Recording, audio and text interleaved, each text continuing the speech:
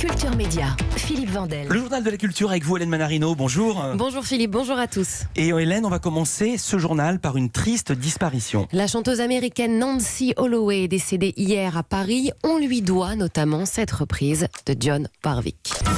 T'en vas pas comme ça.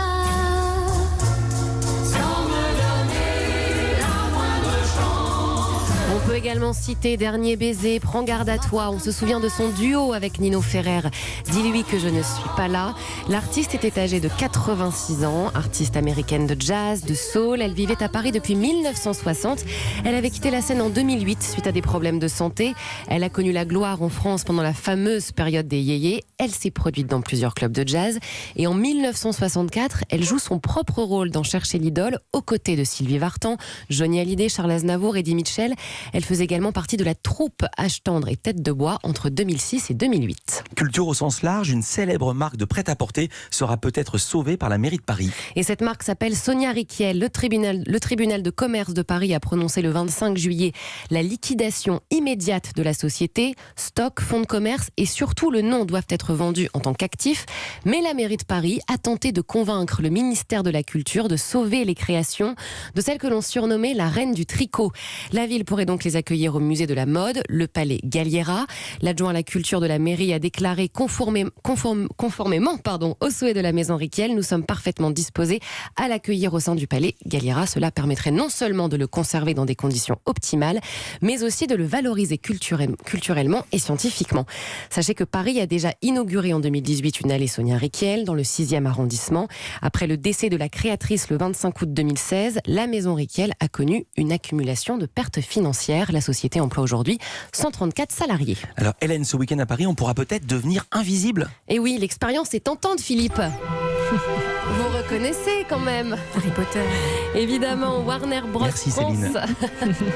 n'a pas fait les choses à moitié pour les fans d'Harry Potter. Dimanche 1er septembre, si vous êtes à Paris, sachez que le Magicobus sera installé dans la capitale. Vous savez, c'est ce bus magique emblématique de l'univers J.K. Rowling, invisible pour les humains. Bon là, on pourra le voir. Il va défiler devant... Oui, parce qu'en fait, il était là depuis une semaine, mais dans sa version invisible. Exactement. Vous l'avez pas vu. Mais là, c'est bon. Dimanche, ce sera possible. Il va défiler devant les plus grands monuments de la capitale. Et à l'intérieur, vous allez pouvoir en profiter. La boutique du monde des sorciers, des hôtes pour répondre à toutes vos questions. 2 zones seront aménagées pour permettre aux passagers de profiter d'un décor inspiré de l'expérience Harry Potter.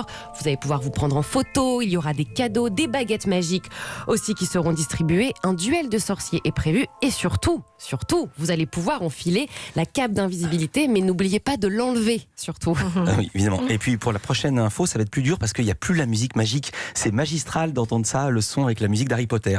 Cette info, désormais, pour visiter le musée du Louvre, il va falloir réserver. Oui, le musée le plus visité du monde ne s'en sort pas. File d'attente interminable. Chaque touriste a 1 minute pour photographier la Joconde. Et pour réguler les visites, le musée pourrait rendre obligatoire les réservations en ligne pour certains événements. C'est ce qu'il s'est passé cet été, par exemple, lors de jours de forte influence.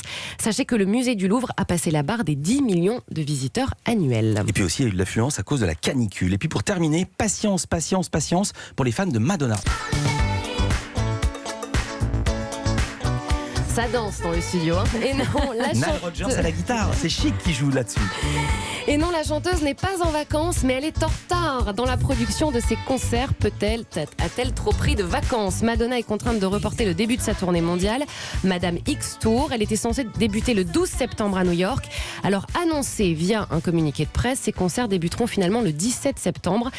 Ses équipes déclarent: Madonna est une perfectionniste. Elle a sous-estimé le temps que cela prendrait de vous amener cette expérience théâtrale intimiste et veut que tout soit parfait. Alors, certaines dates ont dû être annulées pour cause, évidemment, de salles non disponibles. Bon, c'est pas la première fois que ça arrive quand même. C'était déjà le cas en 2001 et elle sera à Paris du 18 février au 4 mars 2020. Et on va dire la salle, c'est le Grand Rex. C'est le Donc Grand c'est pas Rex, une salle évidemment. immense. Et ça qui est dingue, c'est qu'on va pouvoir la voir de près. Et oui, c'est très intime comme concert, on a hâte.